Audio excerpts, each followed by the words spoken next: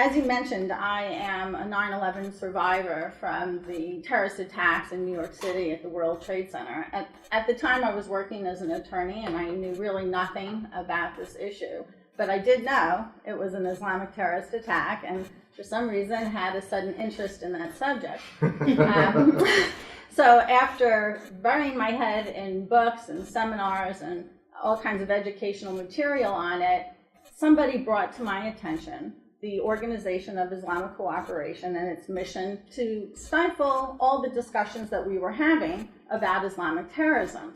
I thought that sounded a little bit odd, but when I went to research the OIC's UN resolutions and their own speeches and their own documents, I found out that it was true. And I quickly and instinctively knew that freedom of speech was going to be the battlefield upon which all of our other freedoms would be lost or won. That the issue was not one of just violence, that violence was just a tactic to achieve a broader goal, and that it was the ideology that motivated that violence, which also motivates the stifling of free speech, and specifically of, quote, Islamophobic speech, which is basically implemented the way Islamic blasphemy laws are implemented.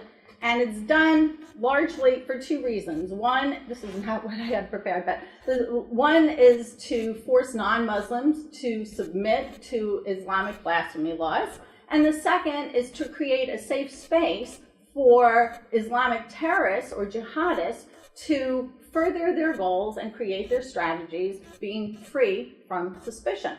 So there's definitely a movement, a global movement to outlaw, quote unquote, Islamophobia, even though to date, nobody has been able to clearly define the term.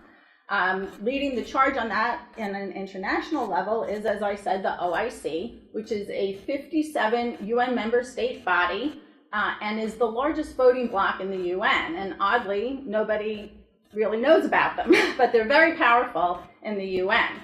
The OIC holds itself out as a moderate organization, but it consists of some of the most egregious human rights violators in the world, including Iran, Pakistan, Sudan, and Saudi Arabia. And while it's constantly demanding respect for Islam and Muslims, it systematically persecutes Jews, Christians, Baha'is, Yazidis, and people of other religious minorities.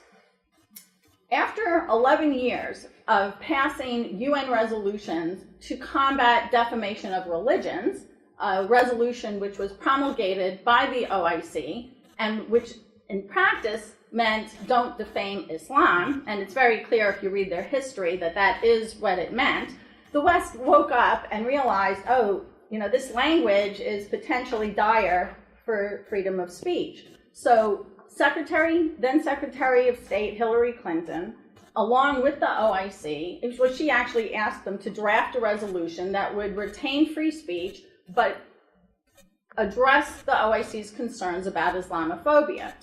What was passed was Resolution 1618 to combat intolerance based on religion or belief, now an infamous resolution, because somewhere along the way, two things happened. One was the OIC, which is a master manipulator of language, retroactively interpreted the resolution, and specifically the phrase to outlaw to criminalize incitement to violence. They retroactively made that clause have a test of consequences. So in America, it's already illegal to incite imminent violence. You can't encourage a bunch of people to go kill Joe, at 3 o'clock, you'll be responsible for that speech. But the way the OIC interprets that speech is, again, in line with Islamic blasphemy laws, saying that if you draw a cartoon, for example, the way they did in the Danish cartoons, and riots result, or if you make a religiously offensive comment or produce a film, and people respond by killing you, then that's okay, because the person responsible for that violence is the person who created the cartoon, the film, or the comment, and not the violent actor. The real problem with Resolution 1618 wasn't the resolution, because resolutions are non-binding and generally remain in the realm of the theoretical. The problem with Resolution 1618 was when Secretary Clinton and the OIC head at the time decided to have an implementation process for this resolution called the Istanbul Process. This was absolutely unprecedented, totally unnecessary, and very ill-advised. This implementation process wound up consisting of conferences that occurred to this day all around the world and programs that consist of engagement and largely of measures to de-link Islamic doctrine from Islamic terrorism and in a way to censor professionals who are trying to connect the dots.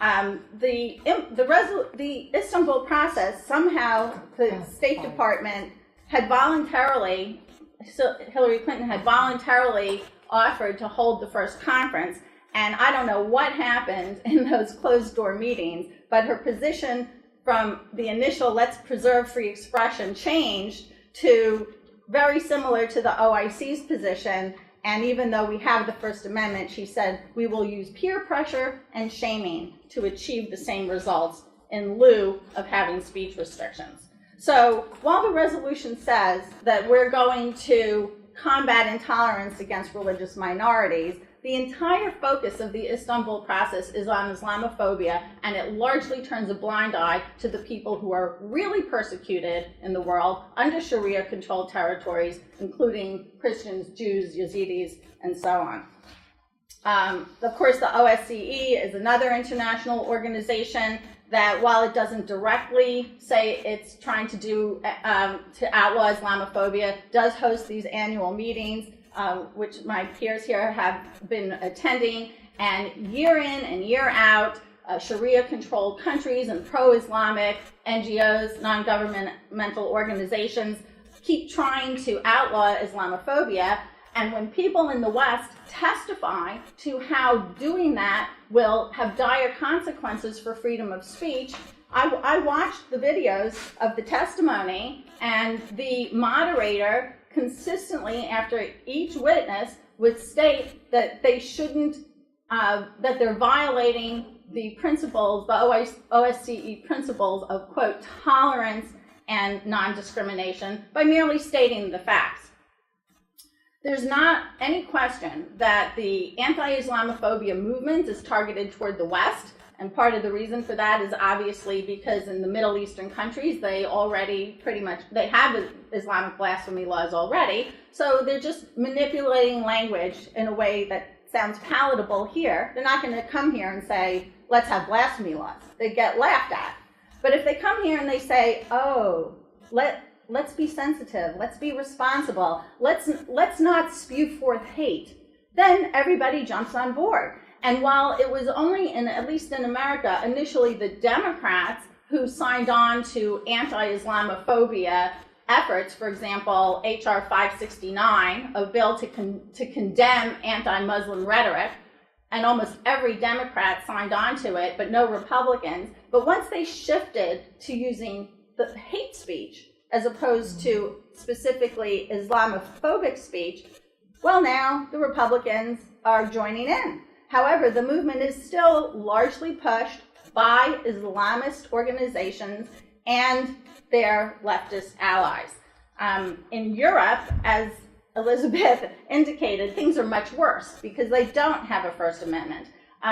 In 2008, the EU Commission issued a framework decision announcing that certain forms of speech, which constituted Islamophobic, racist, or hate speech, including speech against religion, should be penalized with prohibitive fines or imprisonment. We are not talking about tyrannical countries. We're talking about here in the West, where we're supposed to be free, and largely in non-Muslim majority countries.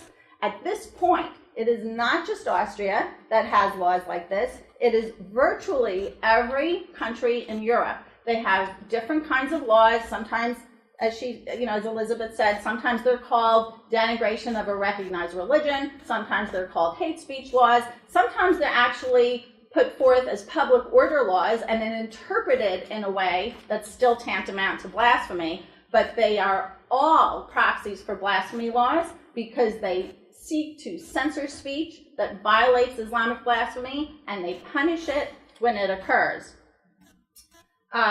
These are also enforced by other international agreements, which I won't go into because I think I'm pressed for time. But I will say that if you think this is a small problem, or if you think that Elisabeth is an isolated incident, I can tell you that it's happening on a regular basis, starting with Salman Rushdie, who wrote the book Satanic Verses, and he was in the UK when he wrote it. He wasn't in Iran, and he wound up in hiding for decades because he had death threats over his head.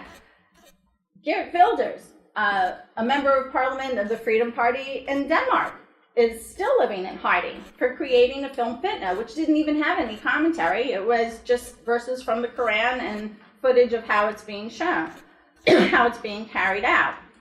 The famous actress in France, Brigitte Bardot, was fined no less than 5 times for criticizing the cruelty of halal punishment in France. And obviously, Pamela Geller has fatwas over her head for her Draw the Muhammad cartoon contest, and there are numerous other people who are similarly situated, including in Ireland. There was a 78-year-old pastor who was arrested for preaching a sermon saying that he thinks Islam is a satanic religion. And as Clare said, in Canada, we recently had a motion 103, an anti-Islamophobia motion that passed, and this follows a whole line of laws in Canada where politicians have tried over and over again to squelch speech that offends Islam. In America, where we have the First Amendment, it is exceptional. There is nowhere in the world that has the degree of free speech that we have here in America.